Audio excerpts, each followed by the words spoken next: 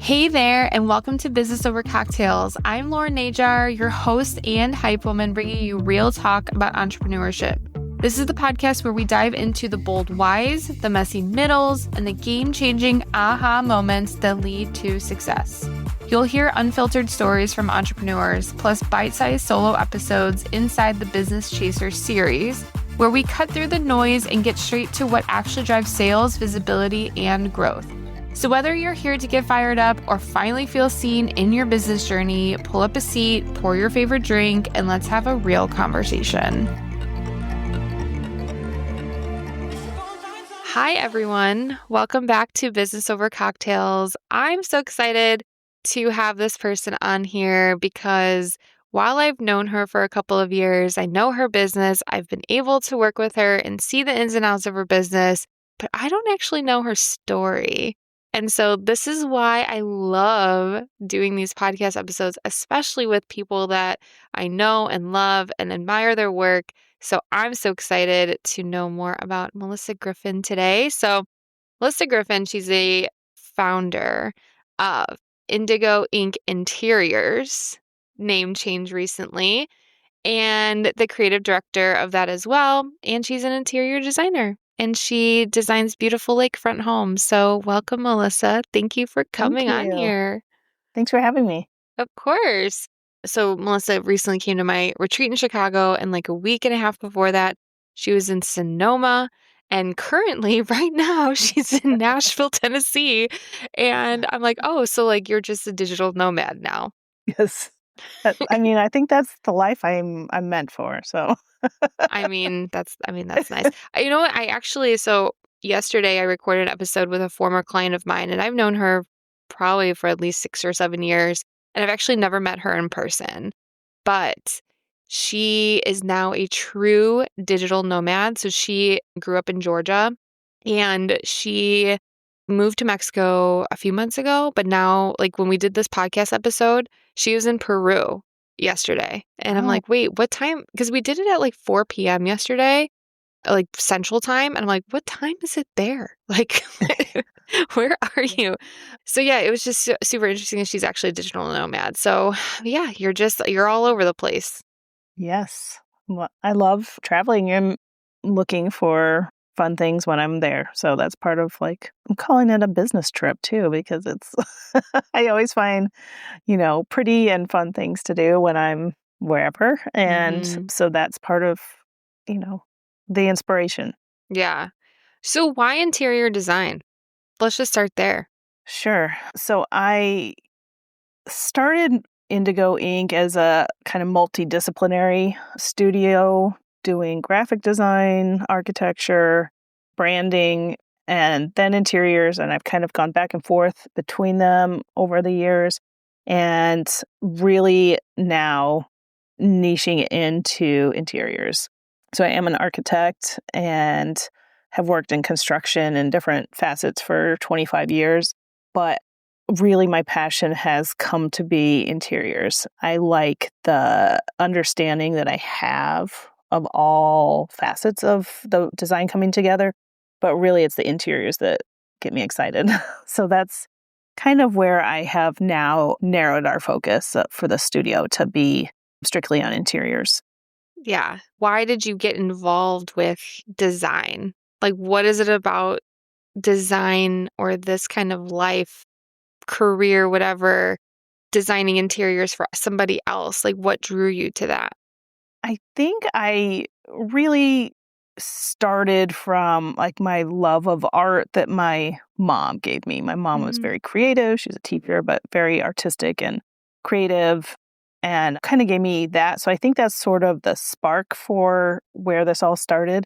And then through school, I thought I knew what I wanted to do, and then got there and that was not what I wanted to do. But I really didn't know until I got into a field that was construction and building related. And it just got me really excited because I like figuring out how it goes together and that understanding. And I kind of like the underdog, and being a female in that industry, you're for sure an underdog. And that just got me excited. So really, once I got into that, I've never gone back. Once I found that field, And so I've worked in all different parts of this industry, but that's what got me excited. And really, I mean, I worked on construction sites, contractors who have been doing the same thing for 50 years. But once you get into like the pretty stuff, the finishes, the furnishings, those are the parts that really get me excited. And that's what drew me into that. What did you originally go to school for? Medicine. I was going to be a doctor. Really?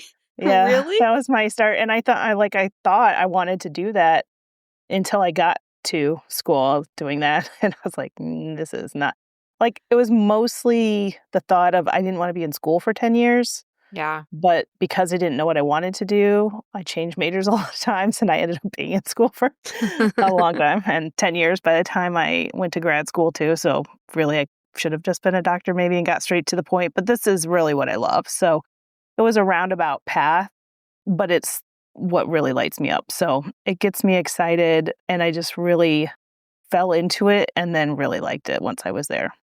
Dr. Melissa. I know. That's so interesting. I thought you Yeah. were going to say, like, not that. Like, I don't know what else I was thinking, but that's so interesting.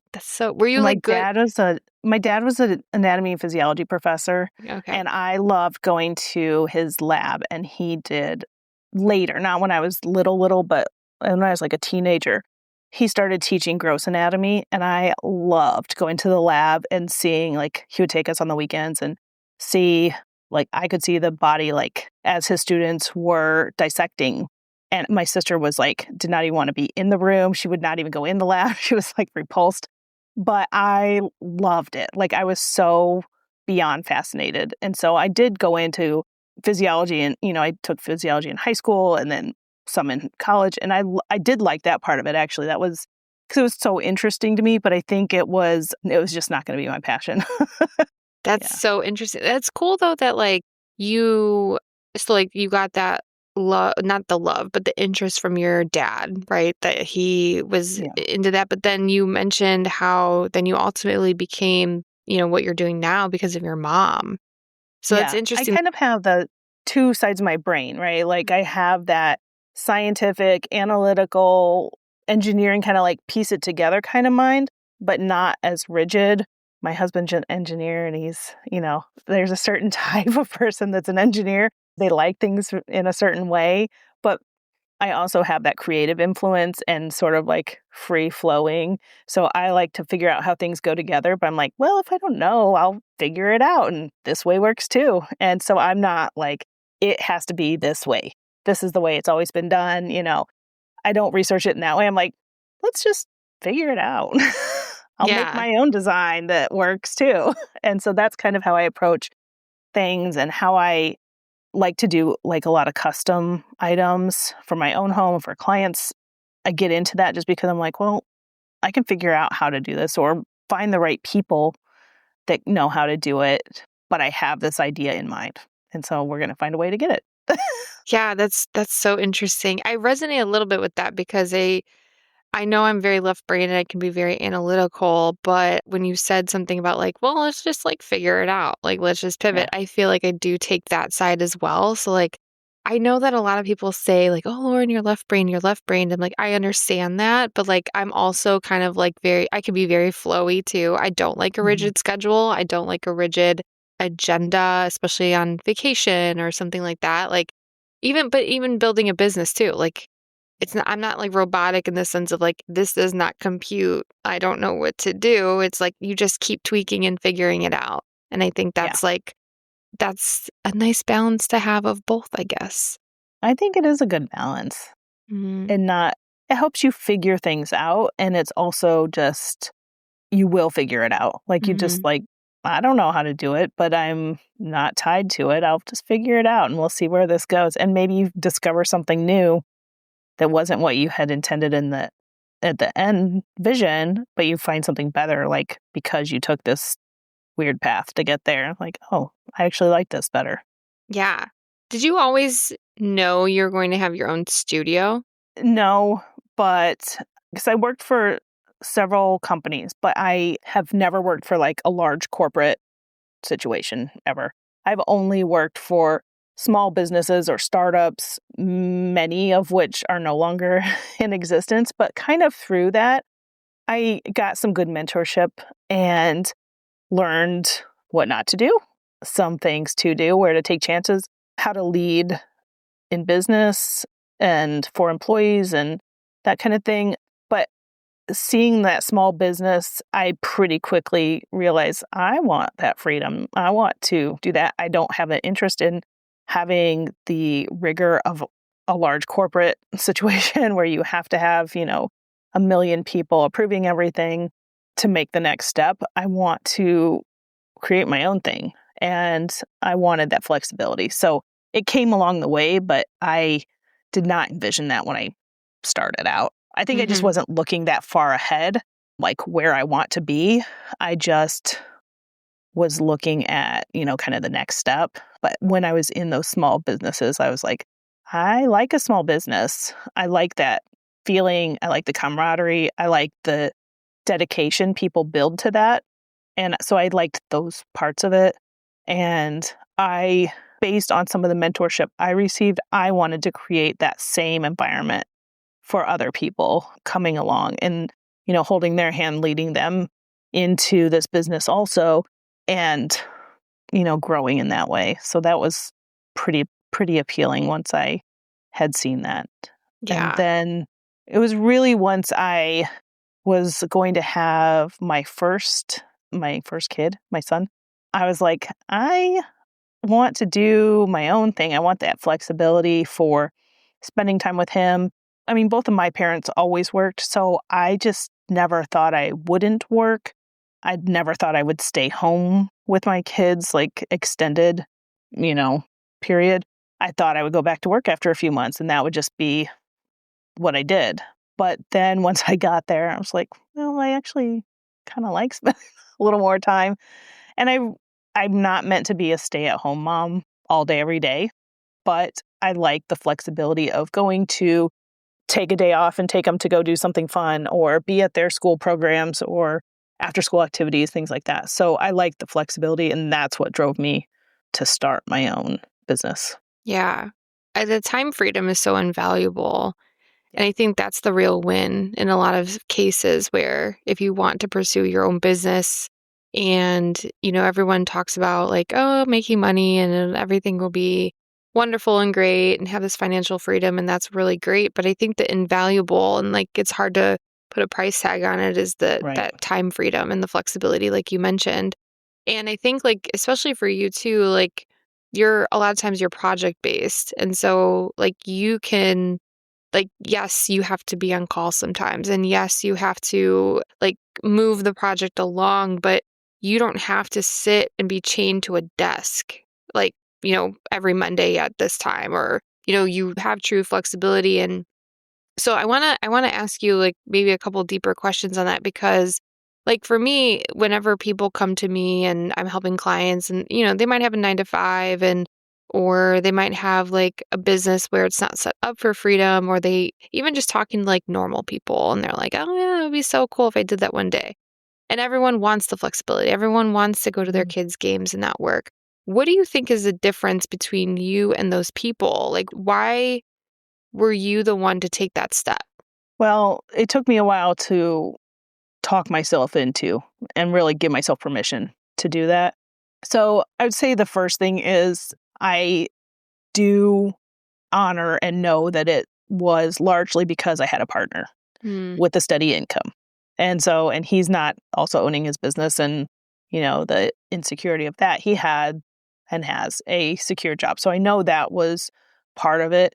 But me also bringing in my part of the income that I feel good about and doing something I think is important and enjoyable and feel passionate about took me a little longer to get to feeling like, okay, I can go ahead and do that, even though, you know, my husband and I had discussions about it. He was okay with it. It took me a while still to give myself permission for that. So therapy is the answer. Therapy is, it took me a while. And my therapist at the time did, talk me into really believing in myself. And because I did, but making like that intellectual and emotional connection with that I believe in myself is different than just like telling myself, I do believe in myself. I believe in my talents and what I have to offer and what I can bring. But really making that internally felt is a different story. That's like the next step. And she did help me get to that point where I was like, okay, so I kind of started freelancing initially. So it was sort of dip my toes in it. And I did that starting in 2012. And I've still had a 9 to 5. And this was just, a side thing to kind of fulfill my creative purpose. And then once I had my son, I went back to work part-time. Again, like I said, because I thought I would go back to work. And I did part-time, but then that bled into my time off. And I didn't want that anymore. I wanted that freedom, that time freedom where I can put off something if I, just if I want to, if I have the desire to spend more time with my kids or whatever. That became so really after I had my daughter, like 2 years later, was when I went all in.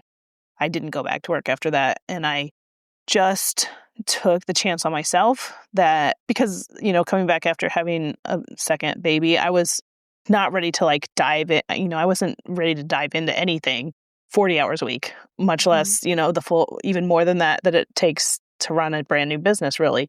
But that was okay with me. Like I wanted to start back slow anyway. So I started with, a couple client projects, smaller projects and building. And then my business kind of took a turn unexpectedly and as different type of projects fell in my lap. And it was like the best thing at the time. It was just unexpected. But like I said, I'm just go with the flow. And this is what's calling for me right now. And I was good at it. And so that's kind of where my business went for a while. But I think it was having that support and giving myself permission to go ahead and make that leap. But I know that it was largely because I was supported financially and emotionally supported with a partner that had that steady part also for our lives. While I figured out, and I always figured, you know what, if this doesn't work, I can go get a job. I wasn't going to cry about it. You don't know unless you try it. And I was willing to try it at that point. Do you feel like becoming a mom like really catapulted you to doing like your own business? I do. I think it, first of all, for that time flexibility, but also my mom passed away a couple years before I started this business, or a couple years before I had kids. And so it really was sort of like life's too short to, not do the things you want to do. And so taking that leap was that to show them. So I have a son and a daughter, especially important for me to show my daughter, to be independent, to make these choices, to not be scared, don't be afraid to take a chance. And so that was a catapult for my business. Yes. I did not know that about your mom. I'm so sorry to hear that. And Thank you. well, and of course, I can resonate with that. And your comment that you just said to me. Okay, so now I'm emotional, but it's so because again, and me having now a 2-year-old, like I'm starting to realize those things as well. Where even when we have the time freedom, and even when we're our own bosses and we have all of this, I still struggle a lot with that as well, right? Like, and I'm sure you do too. Where when we think of like our businesses and sometimes we're busy and we have busier seasons and everything like that, it's hard. And you have this guilt still too as a mom. Yeah. Yes. Like, yes, I have my own business and yes, I can take time off whenever I want, but then I also have to work.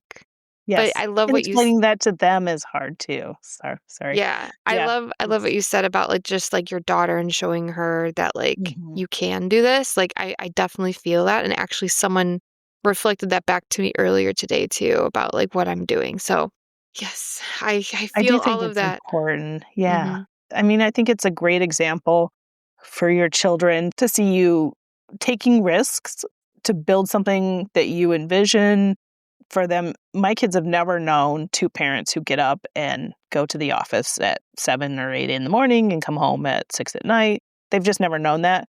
They don't know that most of their friends' parents do that and what that's like. So they just see me at home all the time, or whatever. And my husband works from home also, and he works remotely for his company, but they have never known that. So they have a hard time understanding, like, well, you're your own boss. Can't you just, I'm like, you're right, I am. But I also am working for people, which is how we make money, which is Yeah. how we do for all the things. So it's hard for them to understand that even now. But I do think it's a good example. It's an important example to set for them. Mhm. Yeah, my daughter, I was thinking that too. Like, she gets, right now she's not in school or anything, right? So she can sleep in. We don't have to wake her up to go anywhere. My mother-in-law comes over and babysits her 4 days a week. So like she can sleep and she's at Yes. home and it's so funny though, because she kind of understands and she'll point to like, I have an office and then my husband has an office in the basement. And she'll point and now she says, Daddy work, Mommy work. And so like she knows, because like I also feel too, like she definitely doesn't spend any time in here. There's nothing really in here for her to do. But then like my husband's office downstairs, like he also has the door shut a lot when we're in the basement. And so like it's just interesting to me. I'm like, is she just gonna like, no, this is where we go to work? Like, Right.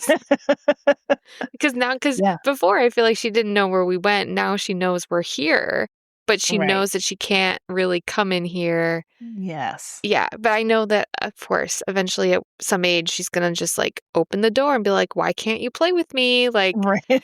I know that will happen Yeah. eventually. Okay, well, yeah, I love what we're chatting about so far, but I want to ask because I'm curious too about like your design style and why, because you have a very distinct style. And I think, well, and I will say this, everyone does, and everyone has a style but I feel like there's a lot of times where people are keeping up with trends and I think you also have to keep up with trends to an extent too, but I feel like out of the things that I know, which is very little about the interior design industry, you have a very distinct design. So, what about like being loud or colorful or vibrant, those kinds of things? What is that about? I think it stems from my love of art. I like abstract a lot, and I like bold colors, like saturated bold colors.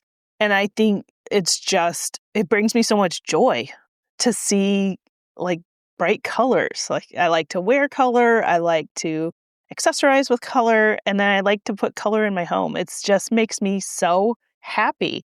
And I think I was trying to think about this earlier. I think a lot of people don't know where to start, right? And a lot of us are living with a lot of chaos in your house and clutter and then maybe they see HGTV or a magazine or a Pinterest or whatever, and it's neutral and it feels so calming and serene. And they're like, I want that. But I think my thought is that people are confusing like that serenity and calmness with function. Like maybe Mm. I think a lot of people just don't have homes that are functioning for them. They're not having maybe enough storage or a system in place to make it work for them. And so I think that gets confused with the fact that it's white and calm, you know? So Mm. I feel like you can bring function and a system and order to a space, especially those smaller or like unforgotten or unconsidered spaces that kind of fall by the wayside, like an entryway, a mudroom, a powder bath, things like that don't have to be a large space, but they really can change the function of a house for a family. And so they almost become spaces that really need that function. Go bold. Like I feel like people are afraid of it because, you know, they're afraid to make that big change or commitment to color. I always try and tell people like start with paint. It's just paint. Paint, you can change it very easily if you don't like it or live with it for a little while, you might love it and then you get tired of it like me and want something else.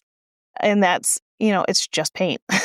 But I Hmm. think it's sort of like afraid to take that leap and they want reassurance, which hopefully is where I can come in and help guide you through that and give you the reassurance. And you said, if you hate it, paint over it. It's just paint. I also, unless someone is really all in, usually advise people to do like either the big permanent pieces or whether that's flooring or a sofa that's like usually a higher ticket item, go neutral on those because you can go crazy with a rug, pillows, a throw, or whatever, and those can be changed out Mm-hmm. 4 times a year if you want, or in 5 years or whatever. But those higher ticket items, hopefully, if you're investing in them and they will last longer, you don't have to pay to replace them frequently. Those will last longer and you can love them forever and change up the way it looks totally by adding those colors. But it just brings me so much happiness to see. I just love it. It just makes you smile. So I don't know. I think that's just like I feel fully committed to it because it really is just what makes me so happy. And so I think finding clients who also maybe are totally on board with that, or even if they're not, but they just want reassurance that they might like to go and test that out, that's really what I'm after. Those are the people I'm after. So not every client is going to be for you.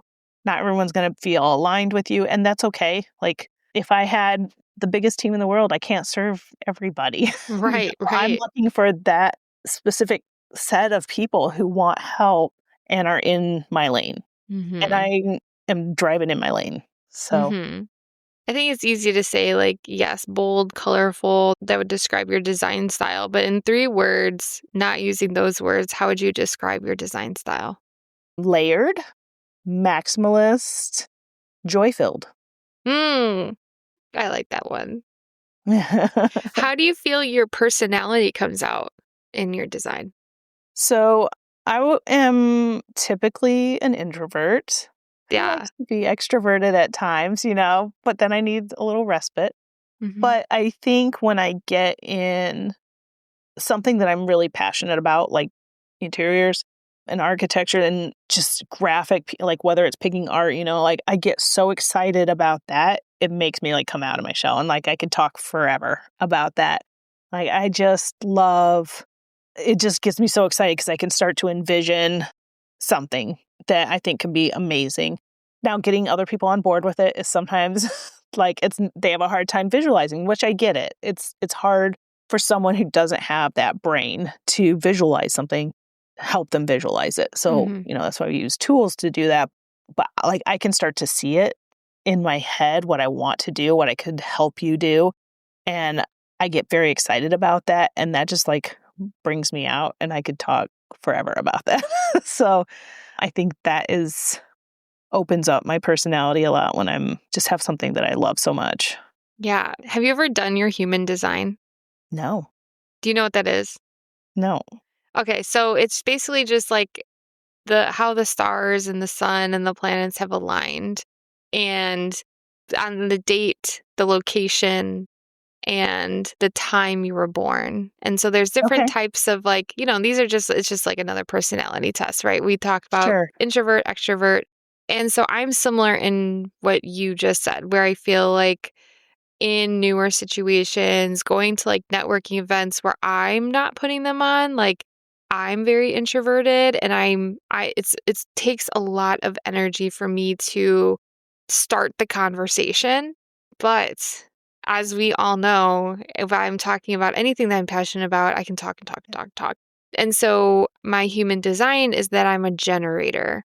And so a generator is actually 50% of the population.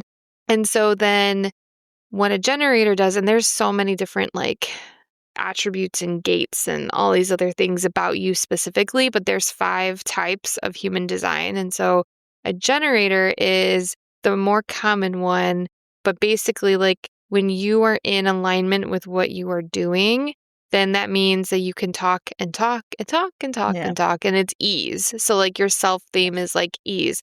When you are not aligned with what you are truly meant to do, you are frustrated.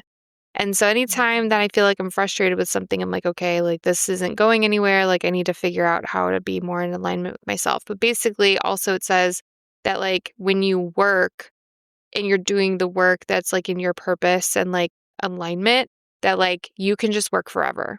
Like you can Yes, just work and work and it totally. doesn't feel like work. Yeah. Yes. So I'd be interested to know what your human design is, and I would be I will surprised be if it's doing that something right else. after this. Yeah. I feel like there's a website I can even send you where you can get like a free reading and then it'll give you like, it's so much more than that. Like you can find that out, but then there's like so many other things, so many other things. But you can use it for business, you can use it for relationships, you can use it Yeah, for like, how do I work as a generator? And it'll tell you. Okay, yeah, you'll have to tell me which one you I are will. because that'd be so interesting.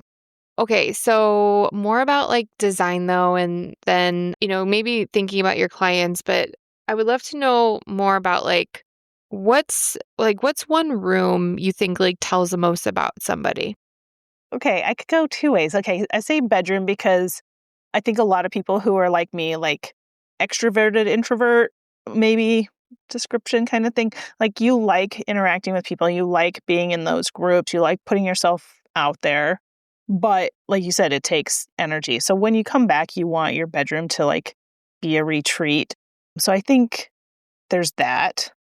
But the other thing that just came to me when you were saying that is like your living room or like entertaining space. Like some people want it to feel just intimate and cozy, and other people want it to like entertain. Like I want the space to be big and open and be able to have, 40 friends in here and whatever. So I think I could go either way with either of those. I think could both be because, yeah, some people maybe they have more of like a interactive job and they want to like come home and retreat. Or some people just have that like bold personality and love, sales and talking to people and, you know, schmoozing and whatever. And then they come home and they still want to entertain all their friends and neighbors and family and whatever. So I think, because in my mind, I'm like, I want an entertaining house, but really I don't. Like I want to entertain, but like an intimate party, right? Like 6 or 8 people is good. I'm not really gonna be having 40 people at my house very often. That's not I gonna happen. know. That's the So idea. yeah, I think it depends. Like if you want, I think it can say a lot, like whether you want to then like separate that, sort of your public persona in your home, where it's more of a cozy, I just want to be with my family. I want to retreat from the loud world, outside world, or if you like the party to continue. I think that can kind of sort of be two ways people generally go. Yeah, it's funny that you say that because I like hosting things. We've done Friendsgiving several times. My husband likes to cook a turducken. And so we've done Friendsgiving several times. It's been a while though since we've done it. And I love the idea of hosting parties and doing all the things. But like in reality, now like everyone has children. And like if I'm going to host 20 people, that turns quickly into 20, 30, 40, 50 people that I'm like, okay, now I got to host all these people. So I love the idea now of like having like a space for intimate dinner parties and Yes. like, but also having an entertainment space too. But I'm with you on the Yeah. more calm things. Now my next focus is getting like a really good outdoor space for Mm. my own house because there's just like so many ideas and so much I want. Like I need shade because I burn just thinking about being in the sun. I'm not like a bathing beauty out there suntanning. I need my I need my shade, but I want to be able to like grill. I want the kids to have place. And they have friends come over and I'm like, yeah, that your friends can come over, my kids' friends. But really I want them outside. I don't really want them running through the house. So, like, having a cool space outside where they can come play, that would be awesome. And that's a great way to have, 10 or 20 people over and be like, we'll do a barbecue and the kids play outside and then everybody goes home. Right. Minimal You know? cleanup. Minimal Yes. cleanup. What has been your favorite project that you've ever worked on? My favorite is the condo loft thing in Chicago. Okay. It was it was my sister's and she's also very creative, but she wanted me to design like a cool wallpaper for her that was like the focal wall. So I did like a graphic design, like I designed this custom wallpaper for her and I love it. It's bright. It's botanical, like leaves Mm-hmm. and plants and stuff. And I love it. But then we also, and she directed a lot of this, but like I made it happen.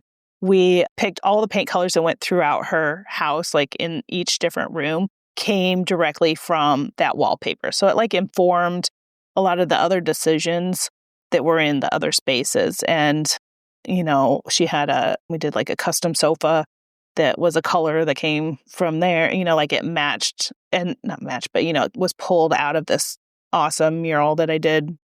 And she just has really good taste anyway, but she's very creative and she will come to me to like help execute, her ideas. She has a lot of great ideas too, but doesn't know how to make them happen. And so sometimes together we can kind of do that. So that's my favorite because we were in alignment, like on what to do. It was like a corner unit. So it had two sides, just floor to ceiling windows. And it was an old warehouse converted to apartment condos. And so it was just huge light filled space and it was just really fun. So that's probably my favorite. But I also last year worked on a lakefront home that was on Lake Michigan and did like pretty much a gut remodel of the whole house, gut renovation, where we took almost everything down to the studs. Part of it was a little bit was left, but almost everything. And they kind of reconfigured some stuff. It was just very dated but the bones were good. It was in an amazing location. So did some like custom vanities in the bathroom that I designed and, like worked out the lighting and the tile and everything. So it looks really good. Got to work with some great tradespeople on that helped. That makes it like just such a fun project when you have like, I had a tile guy. It was the first time I'd worked with him, was on that project. I will definitely work with him again. He was like an artist with tile, like so good, and just knew all the questions. He didn't like try to assume it would be this way because this is the way that's easiest or this is the way that I've always done it or whatever. He asked those questions. And so it was really fun to work with him too. Like I really, really enjoyed that. And it was just like everything was focused on this lake view, that the living room, and they have a sunroom and it just opened up to that. So you could see the lake from like three sides of the house. It was just like a great project to work on. Yeah, that seems like it was a lot of moving parts too, because I feel like the apartment one, which I've seen, and if you go to your Instagram, you'll see a bunch of pictures from the Chicago condo. That's like, that one was so fun, and there's so many cool images from that, and the colors are just, they're so unique.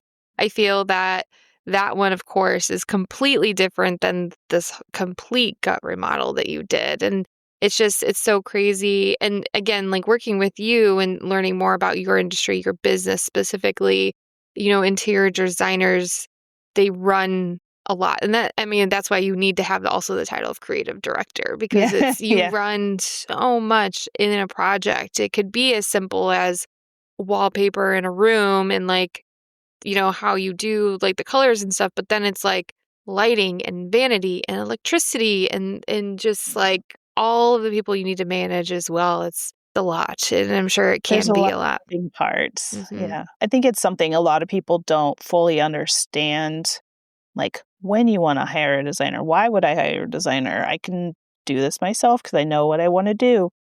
And for many people, that's true. And I think also a lot of people underestimate just how many decisions have to be made to do that. Like, in even if you're just doing a powder room, there's so many tiny little decisions that happen and can be really impactful if something is missed or, there's a mistake in ordering or whatever. There's just a lot that can happen and the impact is greater in those small spaces even. But I think, yeah, there's just a lot. And hopefully you have a team of like an architect, a contractor, and a designer. And then the owner's like at the head of that. But all three of the other people would be working together. And that's sort of the ideal situation to have all your bases covered. What do you think is the hardest part of being in your industry? Running the business. I think most people say that because most of us got into it to design. You got in there to do the thing, not to invoice and track down orders and, make sure all the trades are paid and like these other like back end things and be a social media content creator and manager and all of that like strategist. Those are things that like you didn't plan on when you got into this. There was no social media when I got into this. Right. So it's like, it is always evolving. But yeah, I think running the business is been a huge learning curve for me. I think most designers I talk to, it's the same. It's like a constant evolution of trying to learn it, figure it out, test it out, change and pivot if it's not working, because most of us didn't go to business school or, know how to do that end of it. And so you're figuring it out. I have some rapid fire questions for you. Okay. Okay. So I'm wondering what I want to start with first. Okay, rapid fire. Would you do wallpaper or paint? Wallpaper. Hmm. For me, being not a loud and bold person in design, that seems scary to me. There's lots of quiet wallpaper, though, that still can make it a little more exciting. Minimal or cozy chaos? Probably minimal, but Sta- colorful minimal. Minimal, but inching towards chaos. Would you do a statement couch or a bold rug? Depends on your budget, but I would love a statement couch. Like where people don't sit on it? No, just like unexpected. Mm. Like maybe the color or pattern or shape or whatever. Yeah. I would say that most people are going to fall into, let's do the rug. Because again, it's something you can change out unless you're buying like a priceless heirloom hand-me-down piece that you're going to pass on for generations, which most of my clients are not. I would say like a rug is one of those things you can change if you want to in a few years, or send it back if you don't like it. But, it's not the end of the world. It's not a huge commitment. But I mean, I think like if you're feeling brave and you want to like do something that you don't see in your neighbor's house, do the couch. Yeah. Okay. Well, a couple more questions. Okay. What are you most proud of in your journey so far?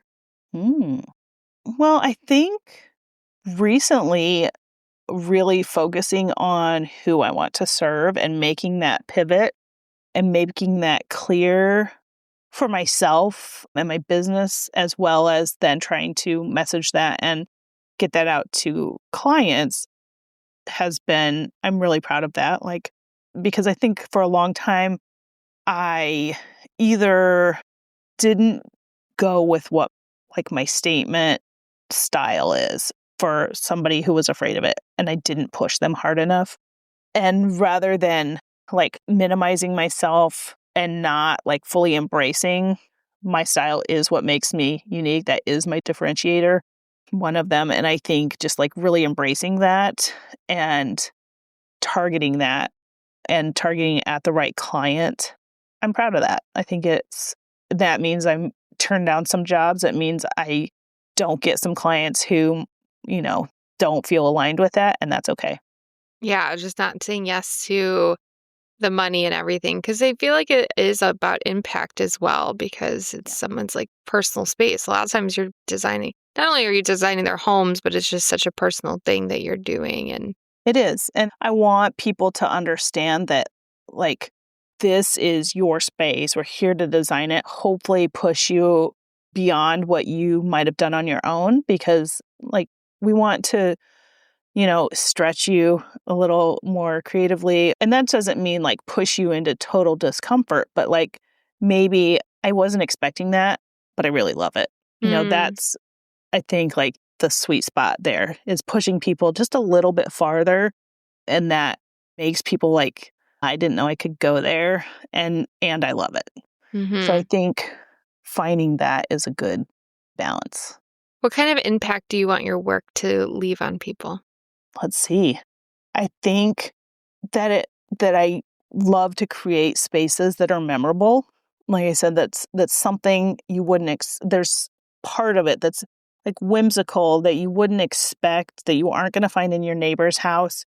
I want that, and also to know that I led with kindness and integrity and be a partner for the clients. I think that's, I'm not here to direct you and tell you my agenda or what I want to do or we're going to do here kind of thing. It's like, I want to lead you and be a partner for you. I love that because I don't think I think that a lot of businesses have values, like we all have the values of what we do and what we wouldn't do. But I love how you said that because we talk about the work itself and the impact of design and things like that. But I think that's such a huge testament to who you are because it's again, it is a personal project that you do take on but it's also so important for you to trust that person because, and again, interior design, that's not the first thing we think about. When we think of hiring a coach or going to see a doctor, or we definitely want to get along with them and because we're going to spend a lot of time with them, but you don't think of that with an interior designer. You hopefully they do what you want and, they have a good eye for design and they're good at what they do, but usually people aren't thinking of kindness and respect and inclusion and all those things. And I think that was such a good thing you said. So I'm glad you said that. Yeah. I mean, it's kind of I've heard people describe it before, like dating. And it is, it's if I'm not the right designer for you, there's someone else who will be, or vice versa. You have to, that's why we try to, start with a call, start with a consultation, see if we're a fit, if we, it's a vibe fit, if it's personality fit, if, some people are just much more blunt and straightforward than I might be. And that's okay. And that's good for some clients. And for others, they're put off by that. So it's a chance to get to know you because especially if you're doing a big remodel or something, it's a long commitment. We're in your space. It's a relationship. So having the right person in that relationship is important.